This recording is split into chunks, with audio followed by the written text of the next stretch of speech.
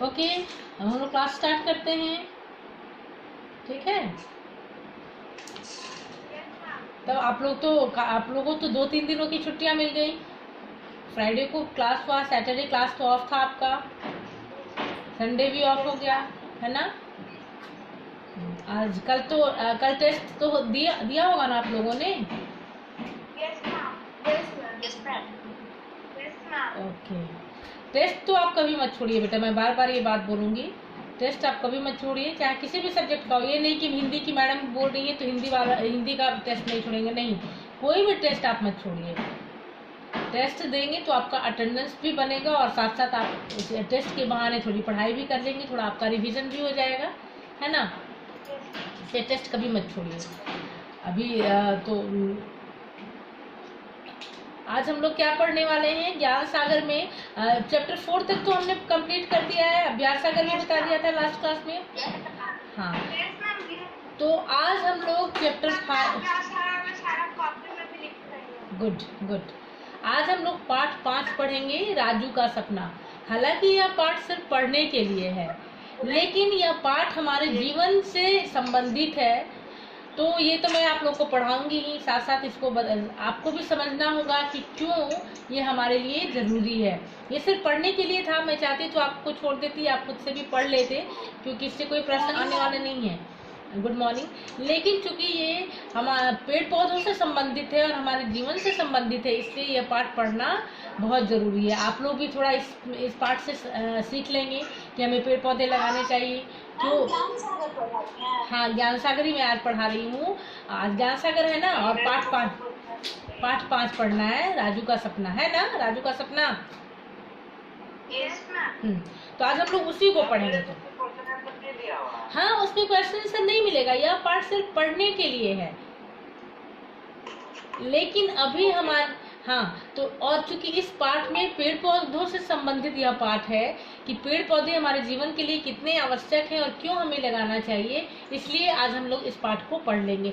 मैं अगर आपको खुद पे छोड़ दूंगी कि आप खुद से पढ़ लीजिएगा तो शायद आप नहीं पढ़े इसको। क्यों? क्योंकि आप तो परीक्षा के दृष्टिकोण से पढ़ते हैं कि कौन सा पाठ आने वाला है तो उसका क्वेश्चन आंसर कर लो, उसकी कॉपी तैयार कर लो। लेकिन यहाँ तो मैं आपको मुझे आपको जानकारी देनी है, बताना है उसके बारे में, और आपके लिए भी जानना बहुत ज़रूरी है ना। इसलिए आज हम लोग इस पाठ को पढ़ेंगे और मैं तो पढ़ाऊंगी, साथ साथ आप भी आप इसको पढ़ने के बाद भी एक बार पढ़ेंगे और अपने जीवन में इस चीज़ को लाएंगे, उसका अपने व्यवहार में इसको लाएंगे। अर्थात जब पढ़ेंगे तो आपको पता चलेगा कि हमें व्यवहार में क्या लाना है ना। अब हम लोग शुरू करें थोड़ा।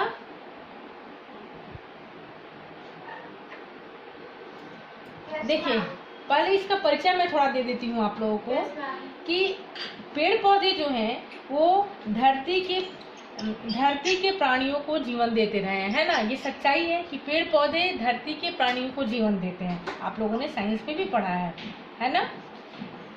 पर मनुष्यों की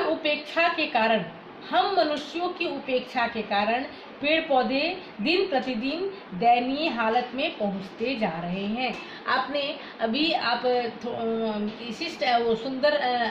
आप तो 7th में है, 6th में हम लोग को पढ़ना था ना सुंदरलाल बहुगुणा के बारे में, और उसमें पेड़ पौधों के महत्व के बारे में बताया गया था। उस पाठ का क्या नाम है बताइए? सुंदरलाल। हाँ, सुंदरलाल बहुगुणा, जिन्होंने कि पेड़ पौधे के महत्व के बारे में बताया। अभी कल के न्यूज में हमने पढ़ा कि सुंदरलाल बहुगुणा अभी एम्स में एडमिट है, काफी बूढ़े हो चुके हैं वो। ये तो सच्ची बात है ना, सुंदरलाल बहुगुणा वाकई में एक व्यक्ति है अभी, और वो बीमार हो चुके हैं और एम्स में एडमिट है। तो मुझे याद आया कि आप बच्चों, हाँ नहीं, पटना एम्स में नहीं, दिल्ली में है वो। हाँ, अभी 95 ईयर्स के हो चुके हैं वो, और एम्स में अभी एडमिट है, काफ़ी बीमार है। तो उसमें भी आप लोगों ने पढ़ा है कि पेड़ पौधे हमारे जीवन के लिए पेड़ पौधे हमारे जीवन में कितने आवश्यक है, कितने ज़रूरी हैं। और इस पाठ में भी हम लोग यही पढ़ेंगे कि पेड़ पौधे धरती के प्राणियों को जीवन देते हैं। इस बात को आप हमेशा याद रखिए कि वो हमें जीवन देते हैं, लेकिन मनुष्य की उपेक्षा के कारण हम मनुष्य जो कि बहुत लोग तो ऐसे भी होते हैं, जैसे उसमें उस पाठ में आपने क्या पढ़ा कि बहुत लोग पेड़ों को काटने लगे थे। हमें पेड़ को नहीं काटना चाहिए। तो यहाँ मनुष्य की उपेक्षा, मनुष्य उसकी उपेक्षा कर रहा है ना, तो मनुष्य की उपेक्षा के कारण पेड़ पौधों की स्थिति जो है वो काफी दयनीय हो चुकी है और दयनीय हालत में पहुंचती जा रही है। और इस पाठ के माध्यम से हमें पेड़ पौधों के महत्व के बारे में बताया गया है कि पेड़ पौधों के खतरे में पड़ते जीवन को बचाने और उसके प्रति संवेदना रखने की आवश्यकता प्रकट हुई है। ठीक है, तो हम लोग इस पाठ को थोड़ा शेयर करेंगे, है ना, और तब हम लोग कहानी के माध्यम से जानेंगे कि कैसे पेड़ पौधे हाँ हमने पेड़ काट दिया इसलिए आज हम लोग को बहुत प्रॉब्लम हो रहा है ऑक्सीजन का। हाँ, हम लोग आज अगर पेड़ पौधे लगाए होते, इसलिए अभी भी हमारे पास समय है, अगर आपके पास जगह हो, थोड़ी भी जगह हो या नहीं हो, तो गमला ही खरीद कर पेड़ अवश्य लगाए। हाँ, पेड़ अवश्य लगाए। अगर पेड़ पौधे हम लोगों ने नहीं काटे होते, आज बारिश भी क्यों नहीं होती, क्योंकि पेड़ पौधों की कमी हो चुकी है। तो पेड़ पौधे अगर हम लोगों ने नहीं काटे होते, पेड़ पौधे लगाए होते, तो आज ऑक्सीजन की कमी हमारे पास नहीं होती, है ना। लॉकडाउन की वजह से बहुत बारिश हो रही है यहाँ पे। अच्छा, कहाँ हैं आप अभी? दरभंगा। अच्छा, दरभंगा में। चलिए, लेकिन यहाँ तो बारिश ही नहीं हो रही है पटना में। यहाँ भी। अब हम लोग स्क्रीन शेयर कर लेते हैं थोड़ा। हाँ, चलिए अब हम लोग इसको पढ़ लेते हैं थोड़ा। इसमें राजू जो है वो उसके माध्यम से ये हमें बताया गया है। आप लोग स्क्रीन को बिल्कुल छोड़ दीजिए, क्योंकि मुझे ऐसा लग रहा है कि आप लोग जब ये शेयर करती है ना मैं स्क्रीन तो आप लोग थोड़ा ये करने लगते हैं, मतलब आपको समझ नहीं आता कि कैसे इसको देखना है। आप तुरंत में पता चलता है कि आपने इस पे लिखना शुरू कर दिया। हाँ, वही मैं समझ रही हूँ बेटा, मैं समझ रही हूँ। तो आप लोग अपने स्क्रीन को बिल्कुल जैसे ही छोड़ दिया कीजिए, मैं पढ़ाऊंगी, आप बस उसको देखते रहिए, टच करते रहिए। चलिए, क्या इसमें अब मैंने क्लियर कर दिया है, इसको इरेज कर दिया है, जो भी आपसे गलती से आपने लिख दिया था, डोंट वरी। 12 वर्षीय राजू अपने परिवार के साथ कुछ ही दिन पहले दिल्ली शहर के अपने नए मकान में आया था। वह पहले एक छोटे से शहर में रहता था। देखिए, 12 साल का राजू, जो कि आपकी ही उम्र का है, वो कुछ ही दिन पहले दिल्ली शहर आया है अपने मम्मी पापा के साथ, दिल्ली शहर के अपने नए मकान में। वह पहले एक छोटे से शहर में रहता था, बहुत छोटी जगह पे पहले वो रहता था। वह शहर पर्वतीय प्रदेश में था, वो जहाँ रहता था वो पहाड़ी इलाका था। वहाँ निर्मल जल की धारा बहती थी। सड़कों और मकानों के आसपास चिनार के घने वृक्ष थे। जहाँ वो रहता था वहाँ बहुत अच्छी हवा, जल की धारा बहती रहती थी, और साथ ही साथ सड़कों और मकानों के आसपास, यानी उनके किनारे किनारे चिनार के घने घने वृक्ष थे, लंबे लंबे घने घने वृक्ष थे। इधर उधर खिले सुंदर पुष्पों से हर समय सुगंध आती रहती थी। यानी कि वो पहाड़ी जगह पे। क्या हुआ रिधिमा, आपका इको प्रॉब्लम हो रहा है थोड़ा, आवाज नहीं आ रही है रिधिमा। चिनार वृक्ष होता है, वृक्ष का पेड़ होता है चिनार, है ना, चिनार का वृक्ष होता है। तो चिनार के घने घने वृक्ष थे और इधर उधर खिले सुंदर पुष्पों से हर समय सुगंध आती रहती थी। यानी चारों तरफ पेड़ पौधे थे और भीनी भनी खुशबू आती रहती थी। किसकी? फूलों की। जब कभी बादल नीचे उतर आते तो कोहरा छा जाने से ऐसा प्रतीत होता कि परियों के देश में आ गए हो। और कभी कभी ऐसा लगता था जब बादल नीचे की ओर उतर आते थे और कोहरा छा जाता था तो ऐसा प्रतीत होता था कि हम परियों के देश में आ गए हैं। यानी कि वहाँ का मौसम बहुत ही सुहाना था और बहुत ही खूबसूरत था। ऐसे वातावरण में 12 वर्ष व्यतीत करने के पश्चात दिल्ली शहर में आकर रहना राजू को न भाया। अब देखिए, इतनी सुंदर जगह से राजू आया था और इतनी सुंदर जगह से आकर वो कहाँ चला आया? दिल्ली में। दिल्ली जो कि काफ़ी मतलब एक कहिए कि धुएं से भरा हुआ, काफ़ी लोग वहाँ रहते हैं, बहुत ज़्यादा प्रदूषित है दिल्ली अभी। तो हाँ, पॉल्यूटेड, प्रदूषित, सिटी। हाँ, जिसको हिंदी में हम लोग प्रदूषित बोलेंगे। तो उतनी सुंदर जगह से, पहाड़ी जगह से वो सीधे एक प्रदूषित जगह पे चला आया था, जो कि उसको बिल्कुल ही पसंद नहीं था। दिल्ली की सड़कों के किनारे लगे हुए गिने चुने वृक्ष राजू से अपनी करुण कथा कहते। राजू जब स्कूल जाता और रास्ते में क्या देखता कि सड़कों के किनारे एक दो गिने चुने पेड़ लगे हुए हैं, तो राजू उस वृक्ष को देखकर उसको ऐसा प्रतीत होता था जैसे वो वृक्ष, वो पेड़ अपनी करुण कथा यानी कि अपनी दयनीय स्थिति राजू को बता रहे हैं कि ये इन लोगों ने हम लोगों को काट दिया है और गिने चुने एक दो वृक्ष रह चुके हैं यहाँ। उद्यानों में इधर उधर थोड़ी सी बची हुई घास भी जैसे राजू से दया की याचना करती। अब जब वो बगीचे में, उद्यान यानी बगीचा, जब वो बगीचे में जाता और इधर उधर थोड़ी थोड़ी घास को जमा हुआ देखता, तो उसे ऐसा लगता जैसे वो घास क्या कह रहे हो, दया की याचना कर रहे हैं, यानी अपने लिए दया मांग रहे हो, अपने लिए भीख मांग रहे हो कि हमें बचा लो। हम कुछ दिन बाद हो सकता है कि ये लोग हमें भी काट दे, यहाँ से हमारा अस्तित्व खत्म हो जाए, इसलिए तुम हमें बचा लो। उसे ऐसा प्रतीत होता था। फूलों की जगह राजू को दिल्ली में कूड़े के ढेर नजर आते। जहाँ वो पर्वतीय देश में जहाँ रहता था, वहाँ जहाँ फूलों के पेड़ पौधे लगे हुए थे, यहाँ राजू को ऐसा लगता था कि चारों तरफ कूड़े के ढेर हैं। है ना? यहाँ तक क्लियर है? Okay. Yes, ma'am. Yes, ma'am. Yes, ma'am. Yes, ma'am. Yes. थोड़ा बड़ा करूँगा मैं।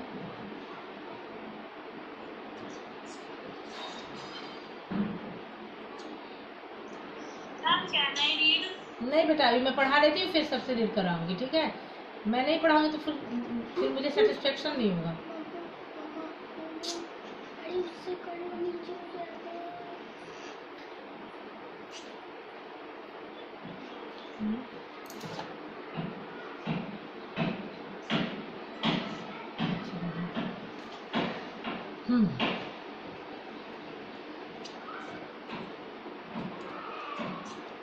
एक मिनट। हाँ, इतना सब राजू को सहना पड़ता, परंतु इसके अतिरिक्त उसके पास कोई चारा न था। अब राजू कर भी क्या सकता था? इतना सब कुछ देखता रहता था, उससे बहुत बर्दाश्त करना पड़ रहा था, लेकिन वो कुछ कर नहीं सकता था। उसके पिता का ऊनी वस्त्रों का व्यापार था। उसके पिताजी बिजनेसमैन थे ऊनी वस्त्रों के। काम अधिक होने से तथा मुनीम के वृद्ध हो जाने से राजू के पिता को सपरिवार दिल्ली आना पड़ा। बहुत ज़्यादा काम हो चुका था, उसके पिताजी का बिजनेस बढ़ चुका था, और जो मुनीम थे, जो उनके कार्यभार को संभालते थे, उनके बिजनेस को, उसके पिताजी के बिजनेस को, वो काफ़ी वृद्ध हो चुके थे, बूढ़े हो चुके थे। इसलिए राजू के पिताजी ने सपरिवार दिल्ली आना सही समझा।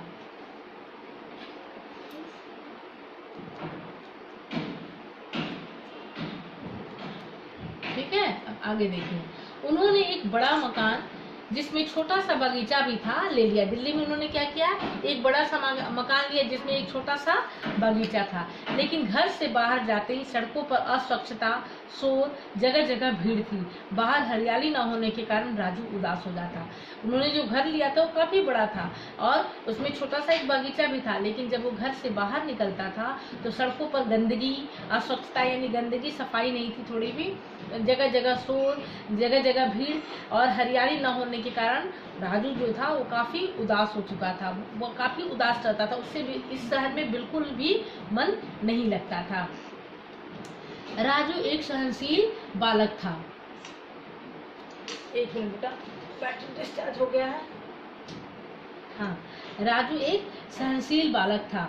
उसने समय और स्थिति के अनुसार रहना सीख लिया, यानी कि पेशेंस था उसके पास, धैर्य वो रखना जानता था, इसलिए समय के अनुसार उसने वहाँ रहना भी सीख लिया। शीघ्र ही उसका दाखिला एक अच्छे विद्यालय में हो गया, उसका एडमिशन भी हो गया। वह मन लगाकर पढ़ता। पढ़ाई के अतिरिक्त वह बगीचे में रोज थोड़ी देर घूमता, कभी वहाँ किसी पौधे में पानी डालता और कहीं सूखे पत्ते साफ कर देता। अब जब उसका एडमिशन भी हो चुका था, वो मन लगाकर पढ़ाई भी कर रहा था। पढ़ाई के अलावे वह बगीचे में स्विच ऑन करो।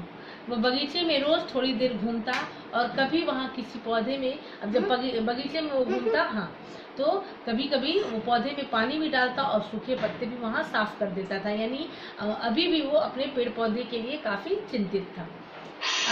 अब देखिए एक दिन क्या होता है कि हाँ लगा, हाँ लग गया। एक दिन विद्यालय में अध्यापिका ने विद्यार्थियों से प्रश्न किया। एक दिन वो स्कूल गया और वहाँ टीचर ने बच्चों से प्रश्न किया, अरे बाबा लगा, तुम्हें कौन सी चीज प्रिय है? जल रहा है। विद्यार्थियों ने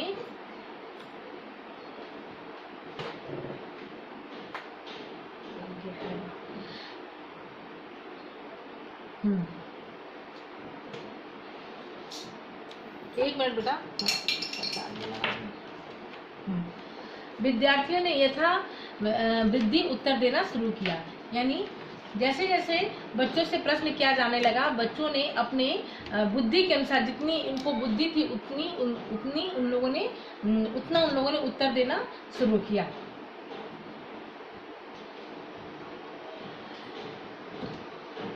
कोई कहता खिलौने तो कोई आइसक्रीम। यानी कि टीचर ने प्रश्न किया कि तुम्हारी सबसे प्रिय चीज क्या है? तो अब जाहिर सी बात है कि बच्चे तो खाने पीने की चीज ही बताएंगे। तो कुछ बच्चों ने आइसक्रीम कहना शुरू किया, किसी ने खिलौने, किसी ने चॉकलेट, सब ने अपनी अपनी प्रिय चीज बताई। कोई कहता चॉकलेट तो किसी को प्रिय था घूमना फिरना। सब आराम से अपनी अपनी चीजों को, अपनी पसंद की चीजों को बता रहे थे। राजू से पूछने पर उसने कहा, मुझे बाग बगीचे, पेड़ पौधे और फूल अच्छे लगते हैं। जब राजू से पूछा गया तो उसने क्या कहा कि मुझे बगीचे, पेड़ पौधे, फूल, ये सारी मेरी प्रिय चीजें और मुझे यही सारी चीजें अच्छी लगती हैं। उनमें खेलते हुए पक्षी और गाती हुई कोयल मुझे बहुत प्रिय है। ऐसा सुनते ही ना जाने क्यों कुछ विद्यार्थी हंसने लगे। अब जब राजू ने ये बात कही कि मुझे पेड़ पौधे बहुत अच्छे लगते हैं, पक्षी बहुत अच्छे लगते हैं, कोयल जो गाती है वो मुझे बहुत प्रिय है, यानी कि उसने जो उसके मन की बात थी उसने वो बता दी। और जब बच्चों ने इन सारी बातों को सुना तो कुछ बच्चे हंसने लगे, परंतु राजू का उत्तर सुनकर अध्यापिका बहुत प्रसन्न हुई। जो अध्यापिका यानी टीचर, लेकिन बच्चे तो हंस रहे थे, लेकिन जो टीचर थी वो राजू की इन बातों को सुनकर काफी खुश हुई। राजू को सोने से पहले भी वो अपने सहपाठियों के हंसने के विषय में सोचता रहा। अब स्कूल की छुट्टियां हो गई, बच्चे घर आ गए, राजू भी अपने घर आ गया, लेकिन राजू बार बार बच्चों की उस हंसी के बारे में सोचता रहा जो कि टीचर के प्रिय चीज पूछने पर राजू ने कहा था कि मेरी प्रिय चीज क्या है? पेड़ पौधे, बाग बगीचे और जो कोयल बोलती है वो मेरी प्यारी चीजें हैं। और बच्चों ने उस पर हंसना शुरू कर दिया था। इन बातों के बारे में सोचकर राजू अभी भी, इन बातों को याद कर राजू अभी भी सोच रहा था कि आखिर ऐसी क्या बात थी कि बच्चे मेरी बात पर हंसने लगे। थके होने से शीघ्र ही उसे नींद आ गई। वह सपना देखने लगा और अचानक से उसको, बहुत ज्यादा वो थका हुआ था और सोचते सोचते उसको नींद आ गई। अचानक जब वो सोया तो वो सपना देखने लगा और उसने सपने में क्या देखा? उसने देखा कि उसके नए घर के पीछे एक पेड़ है। वह उससे कह रहा है, राजू तुम बहुत अच्छे हो। आज तुम्हारे द्वारा दिए गए उत्तर से तुम्हारे भिन्न स्वभाव, निर्मल हृदय और वनस्पति जगत के प्रति सद्भाव का पता चलता है। जब उसको नींद आई तो उसने सपना क्या देखा कि उसके घर के पीछे एक पेड़ है और वह उससे बातें कर रहा है। वह पेड़ राजू से बात कर रहा था और क्या कह रहा था कि राजू तुम बहुत अच्छे हो। तुमने जो आज टीचर को जवाब दिया, जो उत्तर तुमने अपने टीचर को दिया उससे तुम्हारे नेचर यानी तुम्हारा जो स्वभाव है, वो तुम्हारा पवित्र हृदय, साफ हृदय और वनस्पति जगत यानी पेड़ पौधों के प्रति तुम्हारी भावना का पता चलता है कि तुम बहुत उदार हो उनके प्रति। तुमसे पहले इस घर में बहुत बुरे लोग रहते थे। क्या कहा पेड़ ने कि तुम्हारे पहले जो इस घर में रहते थे वो बहुत बुरे थे। मैं उन्हें छाया देता, शीतल हवा का वेग रोककर उन्हें आराम पहुंचाता तथा वसंत ऋतु में फूल और फल देता था। उसने क्या कहा कि यहाँ जो लोग थे उनकी मैं बहुत सेवा करता था, उनको छाया देता था, उनको ठंडी हवा देता था, उनको आराम पहुँचाता था, वसंत ऋतु में फूल और फल भी देता था। बच्चे मुझ पर चढ़कर खेलते, पक्षी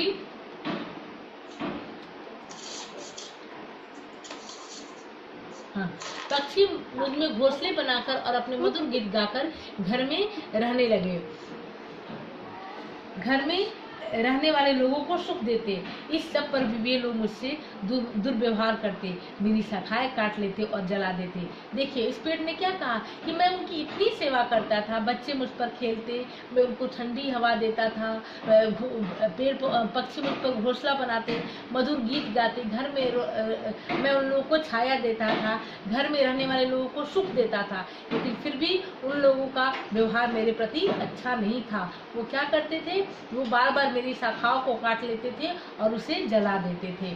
फूलों को पैरों तले रौंद देते थे। जब मेरे फूल गिरते थे तो वो पैरों तले उसको रौंद कर चले जाते थे, जिससे मुझे बहुत दुख पहुंचता था, मैं बहुत ज़्यादा दुखी हो जाता था। अंत में इस मकान में जाने से पहले ये मेरे पूरे तने को काट कर लकड़हारे को बेच गया। अब क्या और क्या कहा उसने, पेड़ ने, कि इतना ही नहीं, जब वो यहाँ से जाने लगे तो उन लोगों ने क्या किया कि मेरे पूरे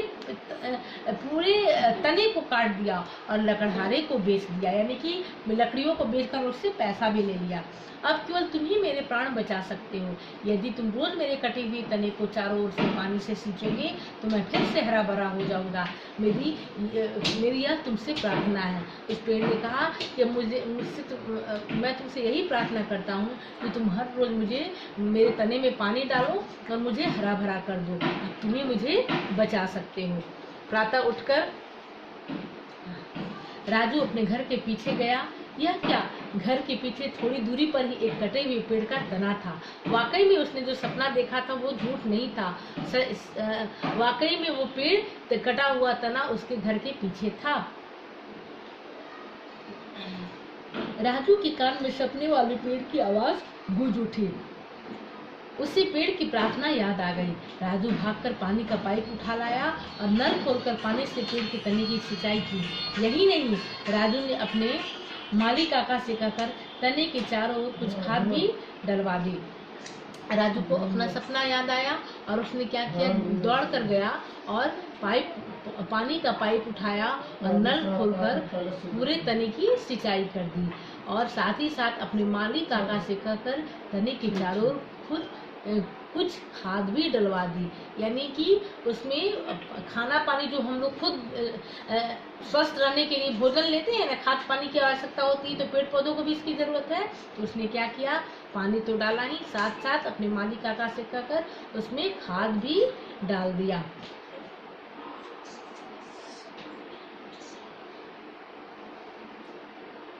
कुछ दिन व्यतीत होने पर, यानी कुछ दिन बीत जाने पर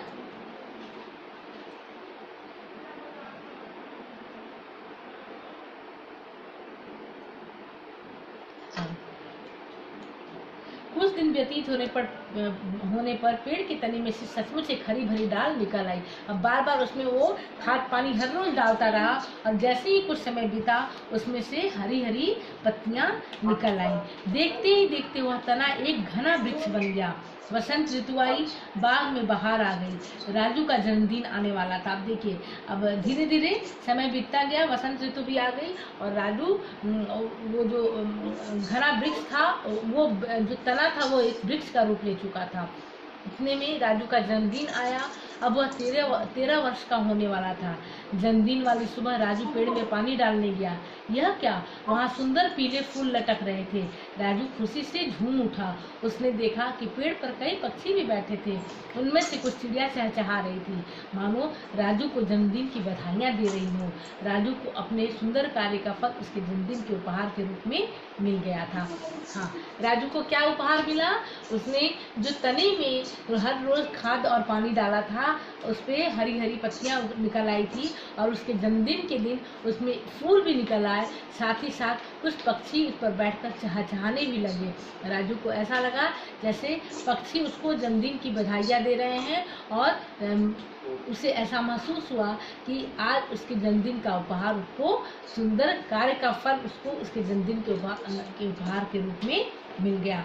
अर्थात उसे जिस चीज की जरूरत थी, पेड़ पौधे उसकी जान थे, जब वो 12 वर्षों तक उनके बीच में रहा था और वो यहाँ दिल्ली आकर उसका मन बिल्कुल भी नहीं लग रहा था। अचानक उसे एक दिन सपने में एक वृक्ष दिखाई देता है और वो अपनी करुण कथा इससे सुनाता है राजू से, और राजू हर रोज उसे पानी देने लगता है, खाद देने लगता है, और वह तना जो है एक दिन उसके जन्मदिन के दिन उसे उपहार के रूप में क्या देता है, एक सुंदर फूल और पक्षियों से उसके जन्मदिन की हार्दिक बधाई कहलवाता है ना।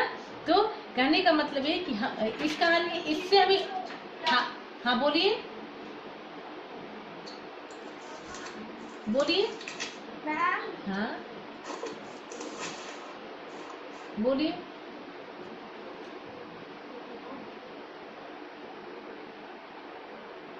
क्या बात है?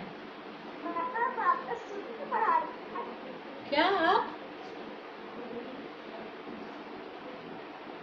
बोलिए ना।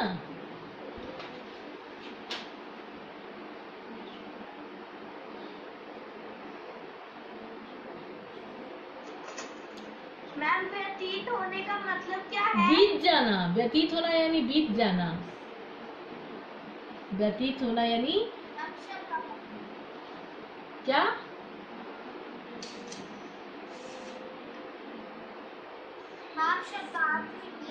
हाँ शब्दार्थ उसमें है ना, वो दिया हुआ। इससे प्रश्न नहीं आएंगे, बस हमको ये चैप्टर ये पार्ट आपको इसलिए पढ़ाना था क्योंकि अभी पेड़ पौधों की हमारे आसपास बहुत जरूरत है, ऑक्सीजन की कमी हो चुकी है। इसलिए हमें इस कहानी को पढ़ने के बाद हमें क्या सीख से लेनी है कि हमें भी अगर हमारे आसपास पेड़ पौधे नहीं है तो हम पेड़ पौधे लगाएं ताकि हमें ऑक्सीजन की कमी न हो, है ना। तो आज से हम लोग भी ये प्रण लेते हैं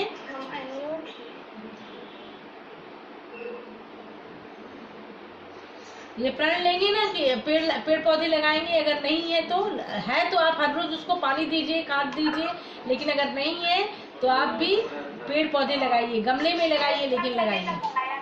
हाँ अगर लगाया है तो वो हाँ बोलिए रिधिमा। राजू के पिता का नाम मुनीम था। नहीं राजू के पिता बिजनेसमैन थे, ऊनी वस्त्रों का कारोबार था। मुनीम उसको कहते हैं जो खजांची होता है ना, ट्रेजरर, खजांची, जो पूरी उनके बिजनेस को जो देखता है, देख रेख जो करता है, जो खरीद फरोख्त का हिसाब किताब रखता है, उसको बोलते हैं।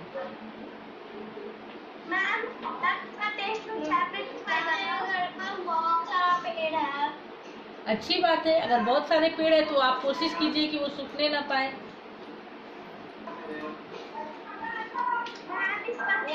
आम का, केले का, बहुत सारा पेड़ है। ठीक हाँ क्या हुआ टेस्ट में? चैप्टर 2 आएगा। अब मैं बता दूंगी, अभी क्यों, आज तो मंडे है ना, और नेक्स्ट संडे को होगा ना, अभी समय है ना, बताया जाएगा आपको, टेंशन मत लीजिए। आप पढ़ते रहिए, चैप्टर 4 तक ही आएगा ना, उससे ज्यादा तो आएगा नहीं उससे ज्यादा नहीं आएगा।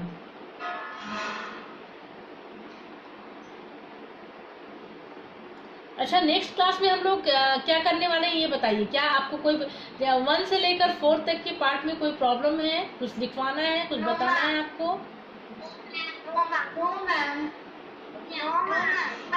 संडे को कॉपी चेक करवाना है। ओके हाँ टेस्ट का तो कल टेस्ट हुआ था ना बेटा?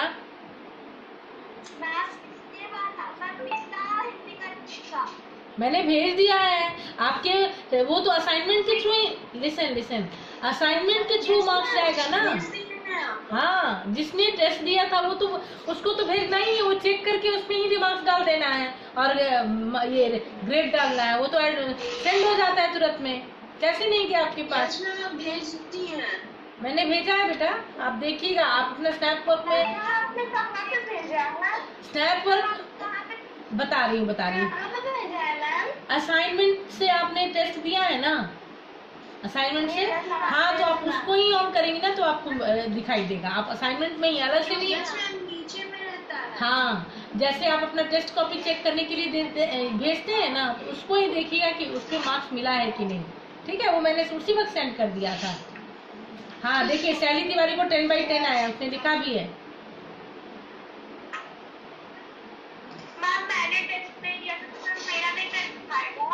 कैसे दिखाएगा? बिना टेस्ट दिए मैं कैसे मार्क्स दे दूंगी आपको? मैम मार्क्स नहीं, मैम नेम भी नहीं ना दिखाएगा। नहीं, असाइनमेंट में ही जिसने भेजा होगा उसका ही दिखाएगा ना। मैम आपने भेजा तो नीचे में मैंने चेक किया तो वो था। है ना, वो होगा। Yes ma'am. Good morning ma'am, वो ग्रेड इक्वल्स टू करके था। हाँ, वो रहेगा ही उसमें बेटा, वो कहीं इधर उधर। अब तो बहुत ये हो गया, मतलब आप आसानी से आपको मिल जाएंगे। इमेज हम लोग अगर भेजते थे तो उसमें दिक्कत भी होती थी, ऊपर नीचे हो जाता था, लेकिन ये तो जिसकी कॉपी है उसके पास ही जाएगा,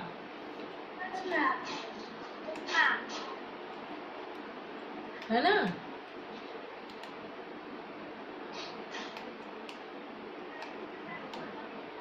और कोई प्रश्न है आपके? No ma'am, no ma'am, no ma'am.